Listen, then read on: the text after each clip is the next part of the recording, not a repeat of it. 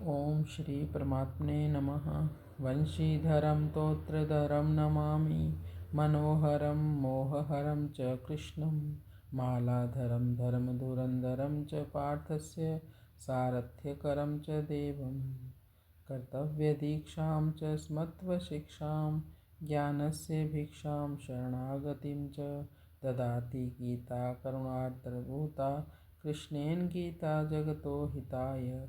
संजीवनी साधक जीवनीयं प्राप्तिं, हरेरवै सरलं प्रभीति करोति दूरं पथि विघ्न बाधां ददाति शीघ्रं परमात्म सिद्धिं।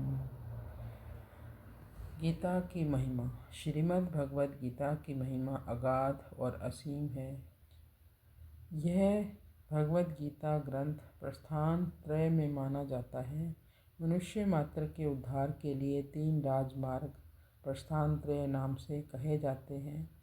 एक वैदिक प्रस्थान है जिसको उपनिषद कहते हैं, एक दार्शनिक प्रस्थान है जिसको ब्रह्म सूत्र कहते हैं, और एक स्मार्त प्रस्थान है जिसको भगवद गीता कहते हैं। उपनिषदों में मंत्र है, ब्रह्म सूत्र में सूत्र है और भगवद गीता में श्लोक है। भगवद गीता में श्लोक होते हुए भी भगवान की वाणी होने से ये मंत्र ही हैं।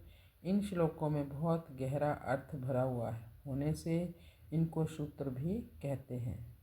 उपनिषद अधिकारी मनुष्यों के काम की चीज़ है और ब्रह्म सूत्र विद्वानों के काम की चीज़ है, परंतु भगवद गीता सभी के काम की चीज़ है।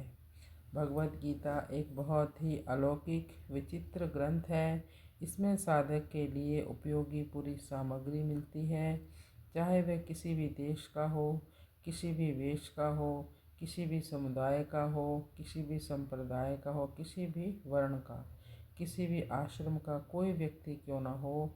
इसका कारण यह है कि इसमें किसी समुदाय विशेष की निंदा या प्रशंसा नहीं है, बल्कि वास्तविक तत्व का ही वर्णन किया गया है।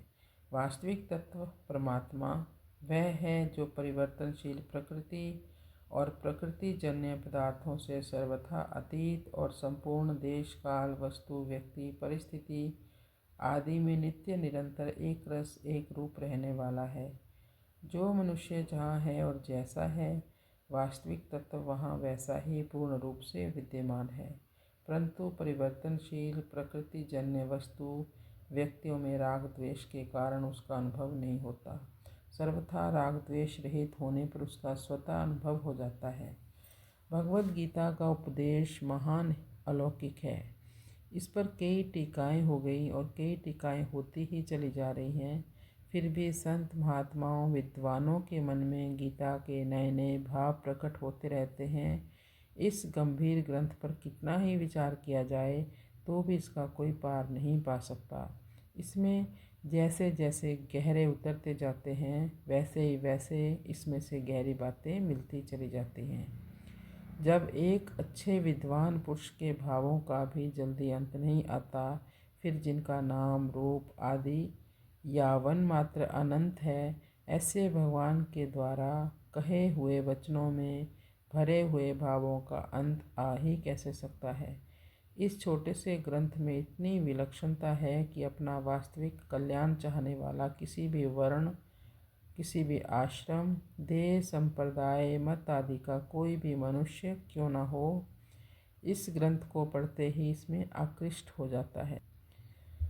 अगर मनुष्य इस ग्रंथ का थोड़ा सा भी पठन पाठन करे तो उसको अपने उद्धार के लिए बहुत ही संतोषजनक उपाय मिलते हैं।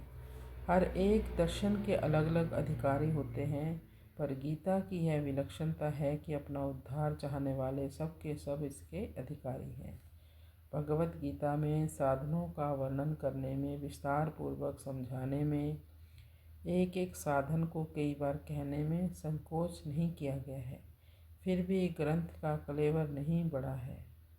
ऐसा संक्षेप में विस्तार पूर्वक यथार्थ और पूरी बात बताने वाला दूसरा कोई भी ग्रंथ नहीं दिखता।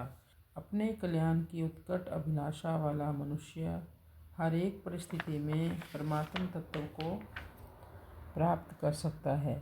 युद्ध जैसी घोर परिस्थिति में भी अपना कल्याण कर सकता है। इस प्रकार व्यवहार मात्र में परमार्थ की कला गीता में सिखाई गई है। इसलिए इसके जोड़े का दूसरा कोई ग्रंथ देखने में नहीं आता। गीता एक प्रासादिक ग्रंथ है। इसका आश्रय लेकर पाठ करने मात्र से बड़े विचित्र, अलौकिक और शांतिदायक भाव स्फुरित होते हैं। इसका मन लगाकर पाठ करने मात्र से बड़ी ही शांति मिलती है।